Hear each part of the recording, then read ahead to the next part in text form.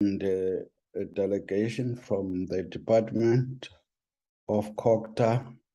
I see the Deputy Minister Adimeng, and well, I'll be guided by apologies if there are any. And I can see we should be making the quorum. Can we get apologies? Good morning, Chairperson. Good morning, everybody. There's been an apology from Deputy Minister Bapela that will be attending Cabinet. We have an apology from Honourable Bring. He won't be able to make the meeting, as well as Honourable Mabika and Honourable Ms. Mango. They will be traveling to Cape Town, so they won't be able to make the meeting this morning. Thank you, Chair. Thank you. Do we form a quorum?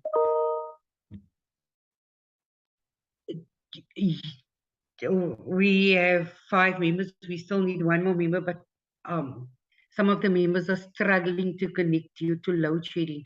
But as we go along, I think we will be having a quorum. Thank you, Chair. Okay, honorable members, I think we should start the meeting, and I think we will be guided at the stage where we must adopt the reports, because it's both reports. The first item that we must deal with is the Traditional Affairs General Amendment Bill, which was presented to us before, and we were informed it was referred to the National House of Traditional Leaders. I think it's coming back from there. The approach in terms of that, before I proceed, Deputy Minister, if there's anything you'd want to say.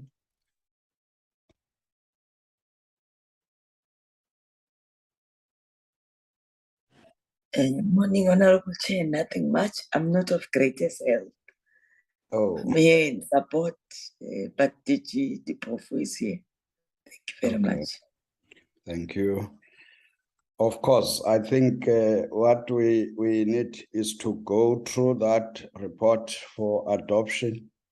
And I was advised that that will be done by the Portfolio Committee Secretary. But if there's anything that members would want to ask, the department would be available to respond to that. Can I allow you, Portfolio Committee Secretary, take us through line by line on the amendments?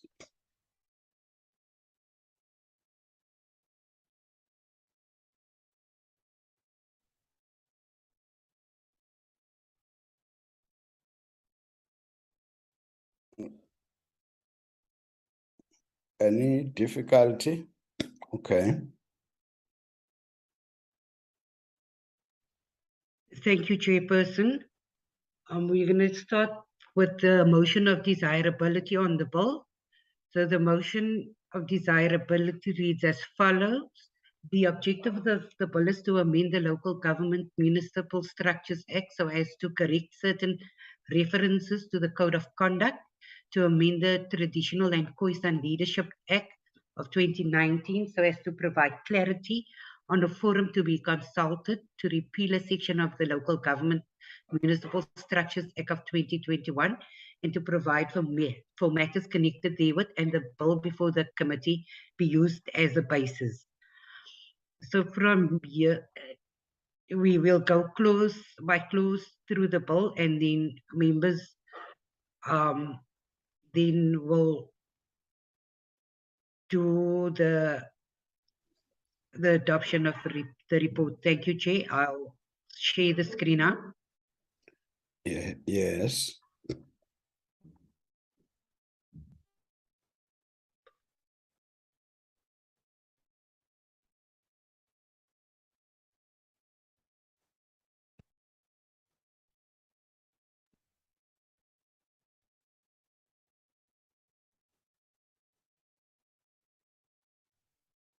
So there is the bill. It's a Traditional Affairs General Amendment Bill. It's a Section 76 bill, and the English text is the official bill. That is clause 1 that deals with definitions.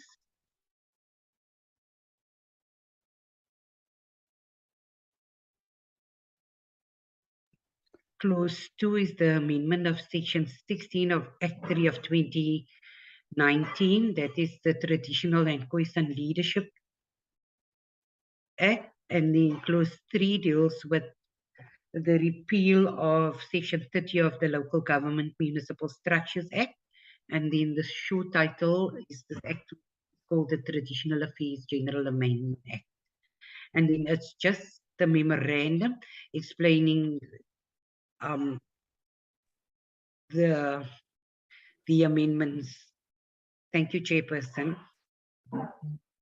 Yes, I wanted to say members are free to stop us as we move if there's anything, but generally this is a technical, I think the general statement would be to say from the National House, there's nothing new that came out of it. The presentation that was done to us, I think somewhere in July, August, is the same. But can I take hands if there are any before we proceed to adopt? It doesn't look like there's any hand. Okay, I see Honorable Ceza. Can I allow you, Honorable Ceza? Thank you very much, Chair. I thought that it was going to be clause by clause. It was very, very fast. And It was very fast. Okay, we can still go. We can still go back. Let's just go to the clauses before we adopt. Okay. Just have to be careful. Yes. Portfolio Committee Secretary, can we go slowly now, clause by clause? The one who is driving must not be that fast. We are amending Section 81 of the Act. I think that one, you can see that clause 1. If there's anything, I think as we move, we can raise hands. That clause 1A, B, C. Yes, can we move if there's nothing?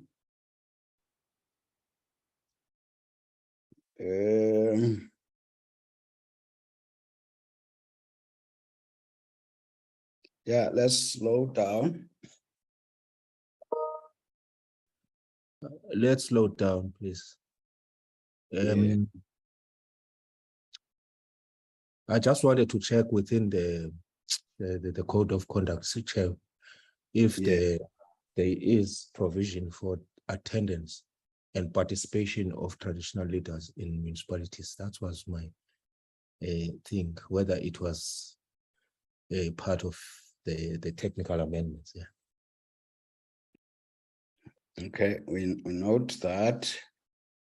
We don't want to respond. Okay, we note that one. Can we move? Let's move. And clause 2. Section 16 of the. Okay. Yeah.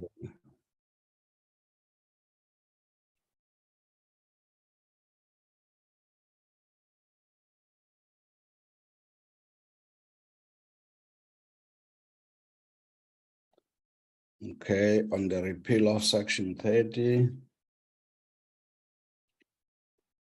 And the name of the Act.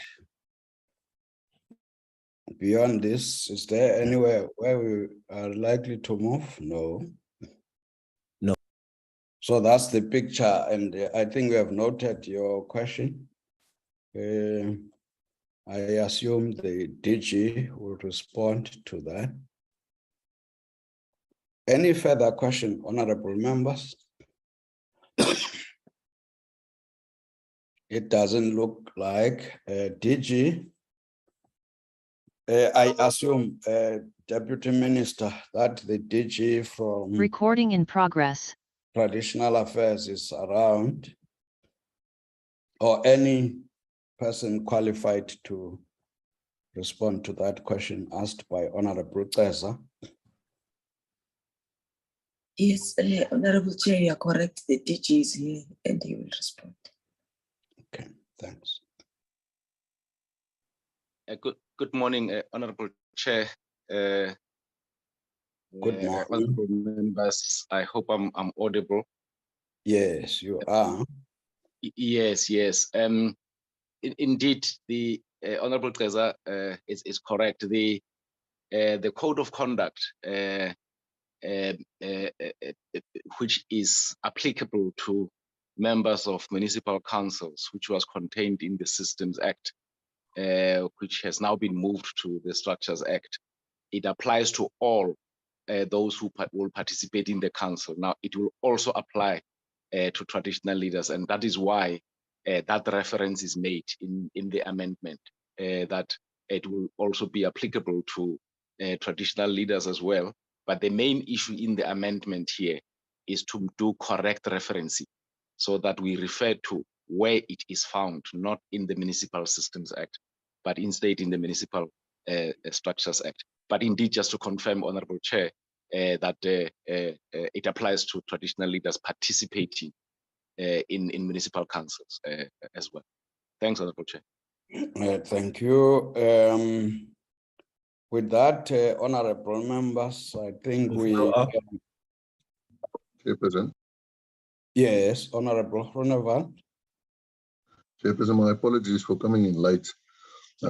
Just one question I think that might be relevant. This act seeks to change some of the articles within the Structures Act, but with the new Systems Act that hasn't been commenced yet, isn't there an effect to that act as well? If I can just get clarity on terms of that. And then obviously we have to look at the regulation that has been published for public comment, that actually ends today for public comment. If we can just have a look at that to adjust that as well to incorporate this bill. Thank you, Chair.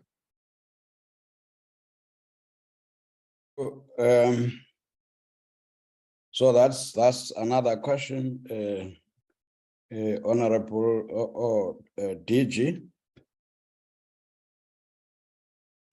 Thank you, Honorable Chair. Thanks for the question by Honorable Groenewald. May I ask our colleague, our Chief Director, Dr. Rinaldi Bester, to comment on that particular one, Chairperson, through you?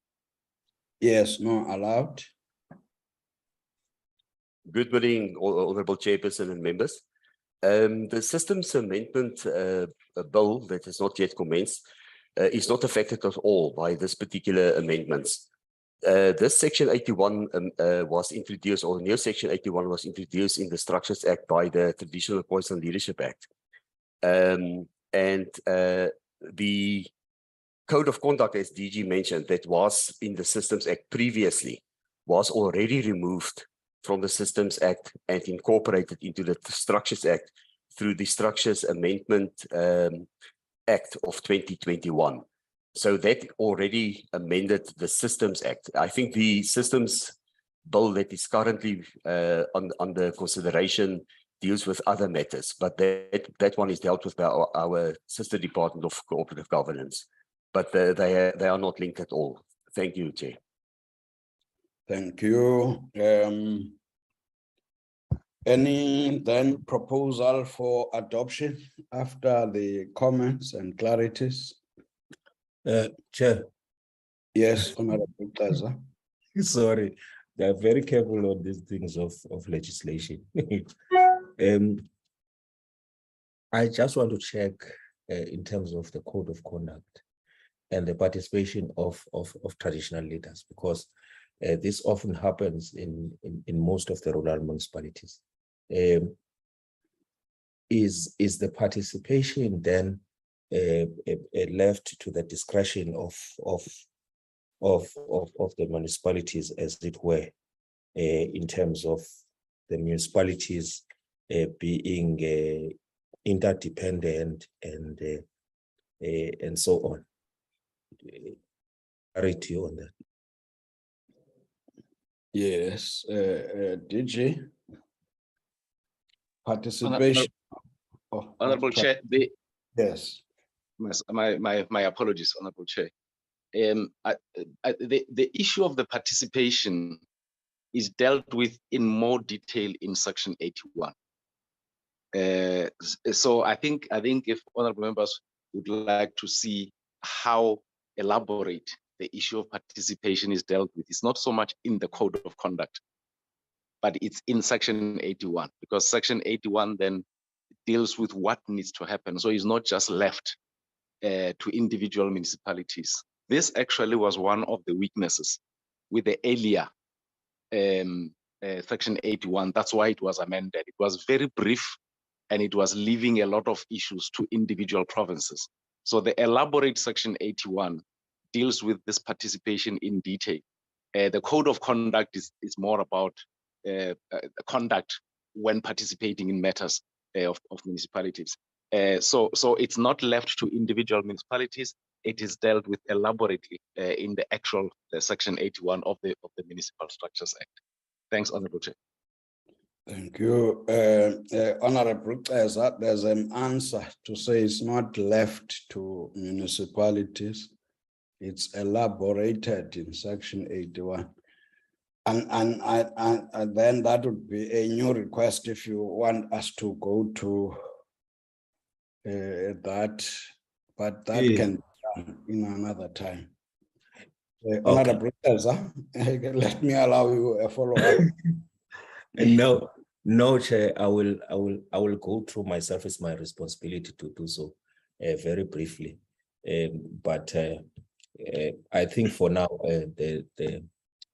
the response satisfies my question. But I'll go through the Section 81 in terms of what it says. Okay, any proposal for us to adopt this now? In fact, okay. It's pretty clever, Jabba. I propose the adoption. Okay. I was looking, there's a proposal for adoption of this report. Any seconder? I do second, Chair. Okay, I don't seem to see any objection. Then the report is adopted. We now move to the second item, which is Makana oversight report. That one is put before us. Even here, those who were part of the visit, is more to remind them, those who were not part of it, I think we might have had time to go through the report. Can we have it on the screen? You must be slow. That's the draft report of the Portfolio Committee on Cooperative Governance and Traditional Affairs on oversight visit to Makana, 16 to 19 September 2022.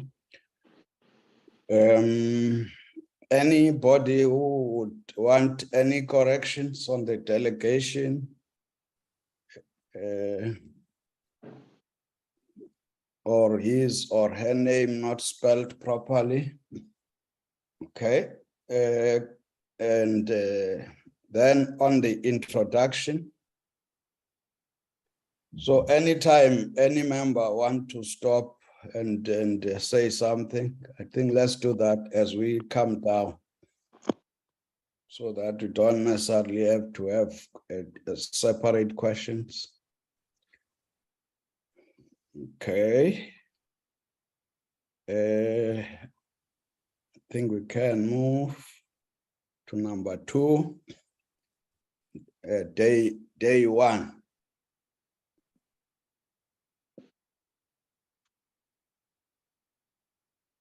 So I'll be interrupted as we go down. If there's anything.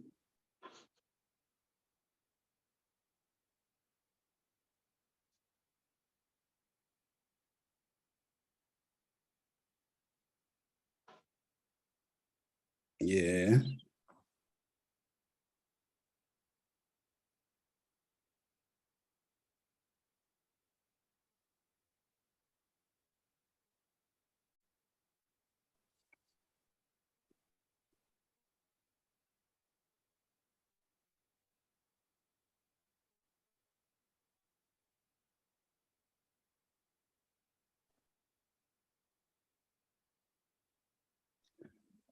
Don't rush. Let's see.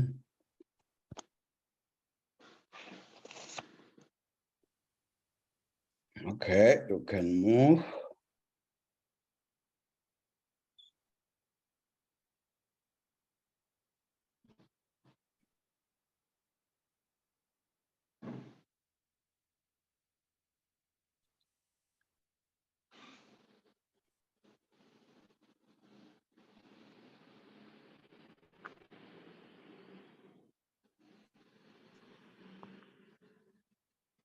Yeah.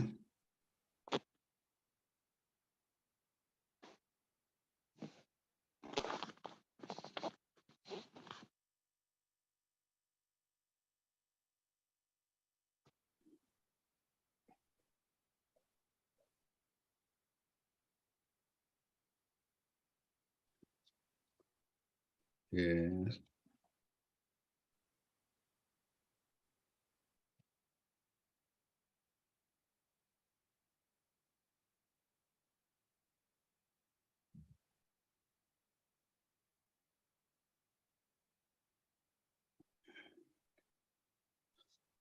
Yes, let's move.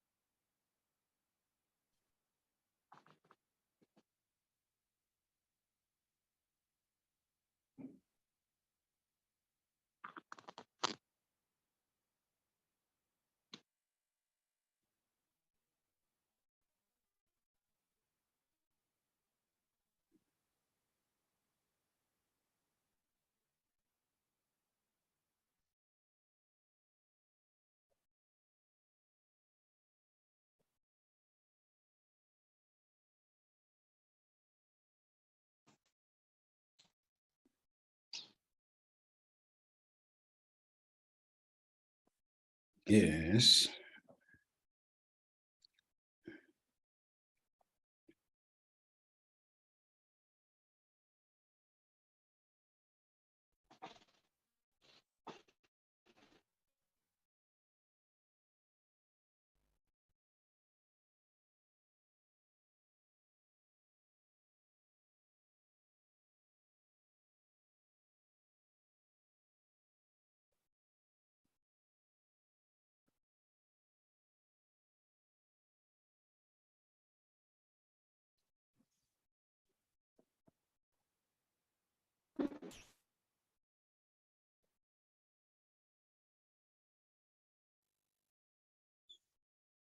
Yes, with observation. I think let's be slower now.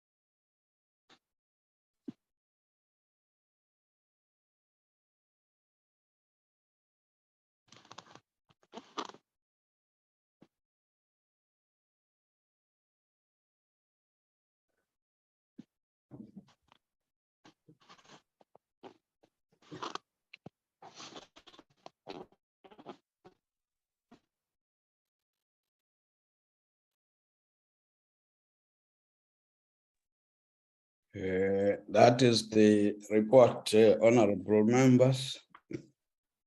And if there are any questions, follow-ups, whatever, I will take a hand. My Yeah. hand is up, Chair. My hand is up, Chair. Yes, Honorable Speaker.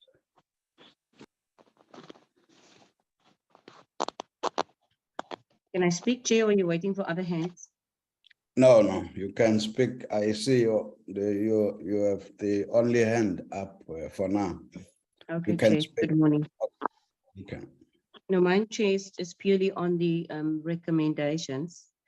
I just want to know and get clarification whether we have received all the reports that we have requested and whether we've received that in the time frame that was put down for Makana municipality to respond to us. I see on the 1st of November, we have a meeting with regards to the water treatment works, but also want to know that there was a meeting that we had to have an engagement with Scopa with regards to the James Kleinans water treatment works. I want to understand where are we with that? So that's just what I wanted to know, Chair. Thank you. Portfolio Committee Secretary and Mr. Sokoman, can you respond to those two questions? Thank you, Chairperson. We have not received any documentation from the municipality.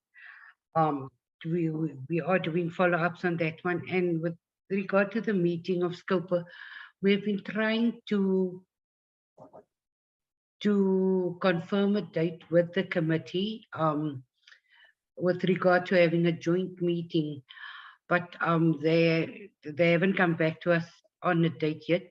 Our next step is to write to the committee to send us a written report on their findings in Makana, and then we'll take it from there.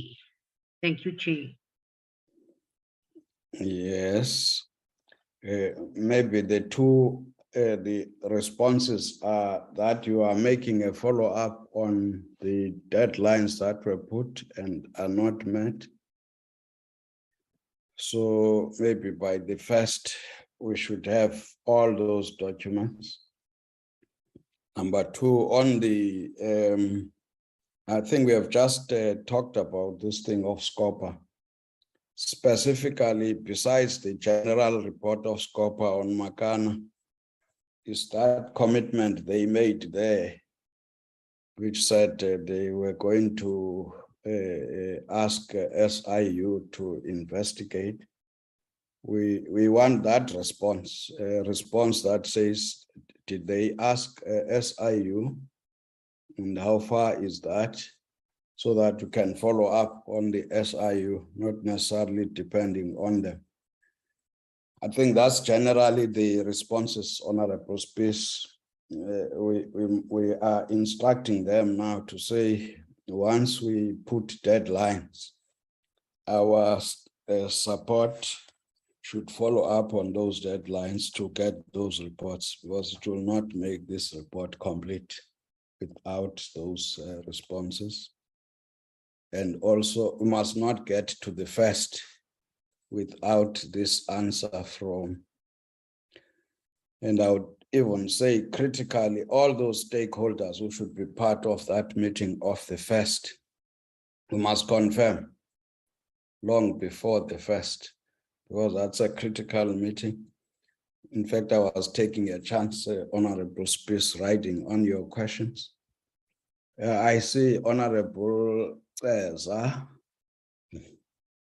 I just have a follow-up on that, Chair. You also have a follow. No, you will follow. Or should I start, Honorable Zah? Should I start with Honorable Speaker? Yes. Okay. Honorable Speaker. Thank you, Chairperson. Chair, thank you as much as I appreciate the response from the Secretary. And I do take the point that they are trying their best. But Chair, we have visited that area over a month ago. And we, since that time that we have done that oversight, the situation has actually deteriorated in that municipality. And I say it with the utmost openness because people have been communicating with us on a regular basis, sending photos, videos, reports and stuff on things that they want to know and ask, and it's not getting better. And so, Chair, I don't know what it is that we need to do, but these municipalities need to understand that when we do these oversights, this is taken up very seriously, but also our action towards what we have found and observed is also important. And it depends on the reports we get back. It depends on the inputs that we expect in order for us to have a proper plan of action. Otherwise, our oversight visits becomes totally a waste of our time and the stakeholders' time. People are desperate in Makana municipality, and it seems like there are role players who are dragging their feet, specifically that municipality. They promised us those reports. And it's, as I said, it's a month ago. It's more than a month ago. So, Chair, that is just my deep concern that I have to raise, and I think it's also disrespectful towards our committee coming from the municipality side. Thank you, sir. Thank you. Honorable Cesar. No, thank you very much, Chairperson. No, we must not allow that, Chair, that municipalities just do a malicious compliance in terms of reporting, because we have seen this all the time. Just because the committee is here, then you commit and you don't fulfill your commitments, because it will disjoint and discourage people that municipalities will ever become at a desirable level. But my question is to you, to the committee chair, or to yourself, because I was not there in that municipality. Wasn't this municipality under Section 139B at some point? What is the status now? Because I hear that it is deteriorating. What makes it deteriorate when there is a provincial intervention, really? Because my worry is that these interventions do not show or yield the desired results. And we have seen with the recyclement of the failed municipal officials, lack of accountability, just the unconducive environment of the municipal space itself, not to allow professionals to be attracted to, so to speak. And the second one, Chair, is, aren't we supposed to get a report from the law enforcement agencies on quarterly basis? Am I right? Am I wrong in terms of that? Because at one point we met with them, and then we were said to have the committee would at some point meet them on quarterly basis just to track the status of the section 106 reports in municipalities. Aren't we supposed to get that particular report from those agencies so that we are up to speed in terms of what is the status report, what is the improvement there, who are the people held liable, what is the consequence management, and so forth? Thank you. Thank you. I think the last one, Honorable Cesar, the last meeting we had with the law enforcement agencies, we are not the ones who said we must have quarterly meetings with them. I think it must have been SCOPA. I read about it as well. I think as we proceed with our work, in terms of our resolution to say, let's focus on some specific municipalities. We should be collecting information with the intention of saying at some point we'll meet them. I think when we met them, it was them who actually pleaded with us to say it takes time to prepare for these meetings. So as they get called from different committees, it also takes them away from their work. So in other words, we don't have a standing arrangement. It's something that we might have to look into.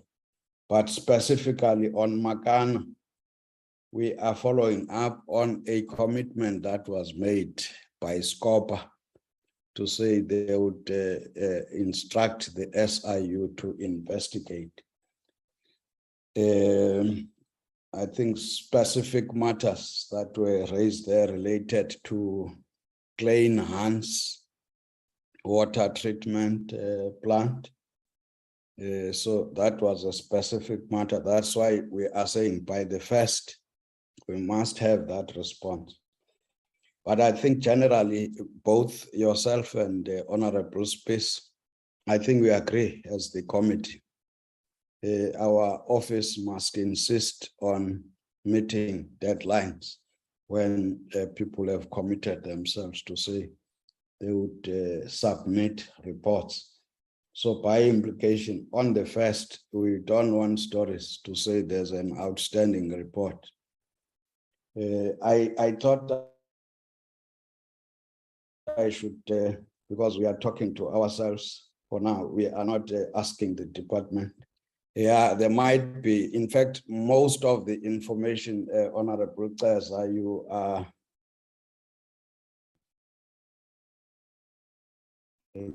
looking for in the issue of Section 139 and the status currently, and what are the challenges that are relating to the implementation of the financial recovery plan.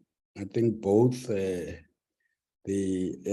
COGTA in the province and the provincial treasury, they reported to the committee and indicated their challenges, as well as the Office of the Auditor General.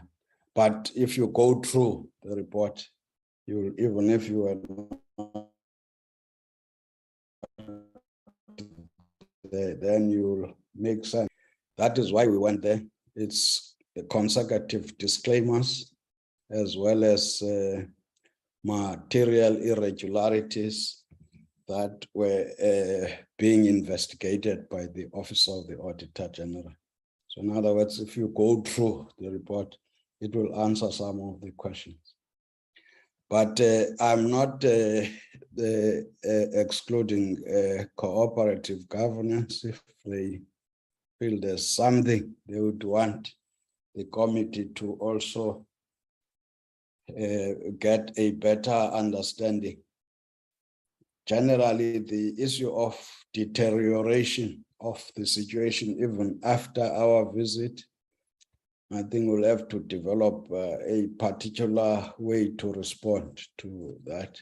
But COGTA, if there's anything, DM, if there's anything we might be missing in the course of talking to ourselves.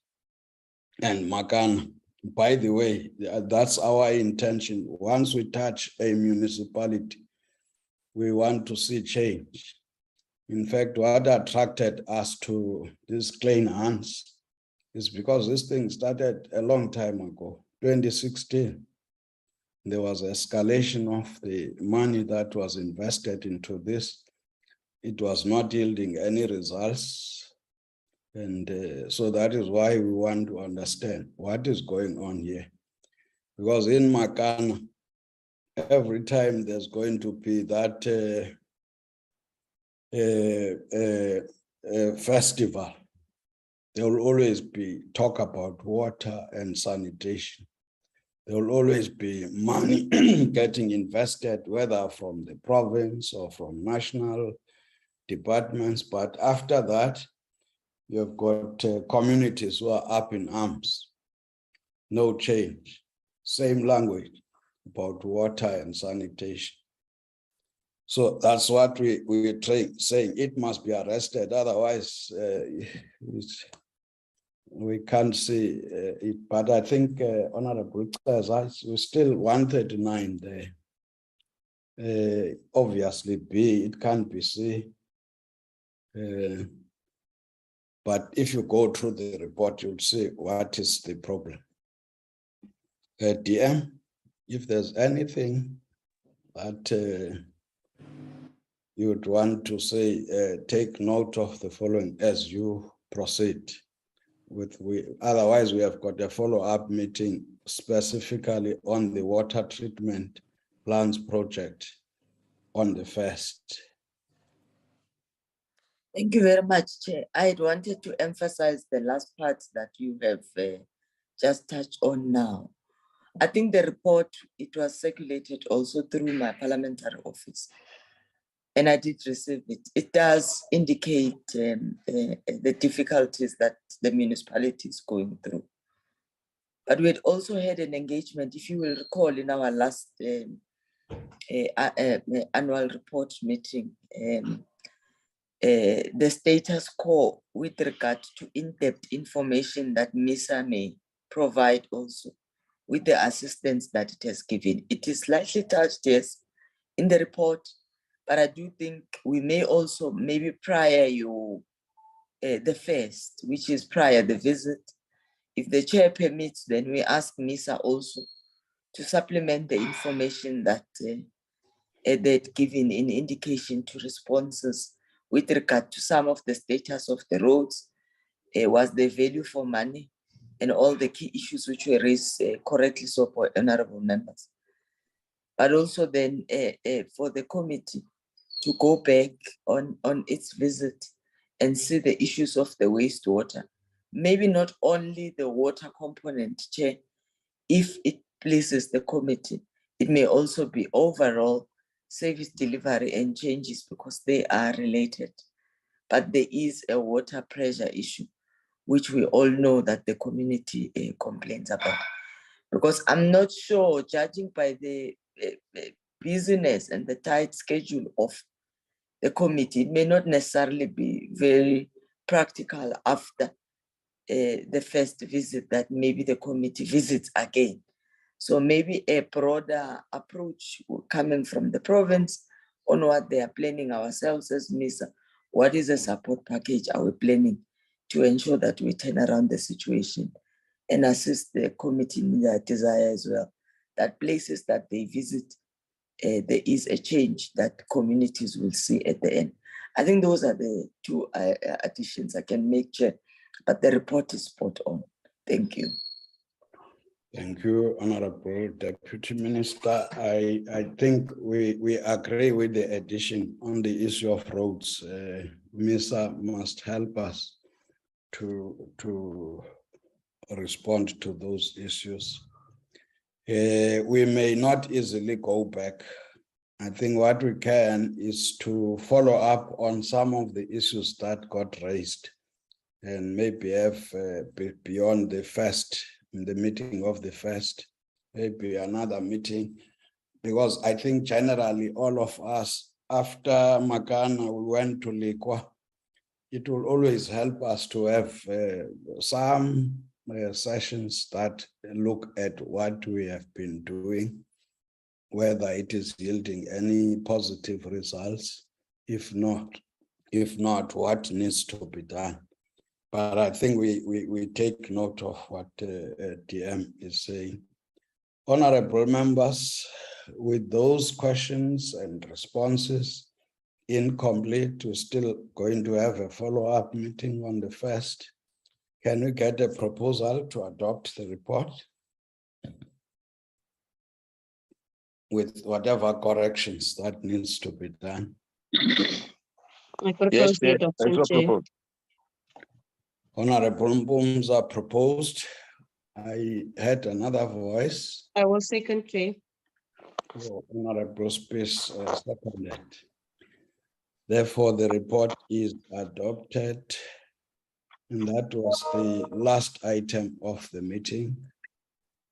Can I close the meeting? The meeting is adjourned. Thank you very much. Thank you, Chair. Thanks, Thank you, Chair. Chair. Chair, and thank you, honorable members. Thank you. Get well, Thank you, Chair. Thank you.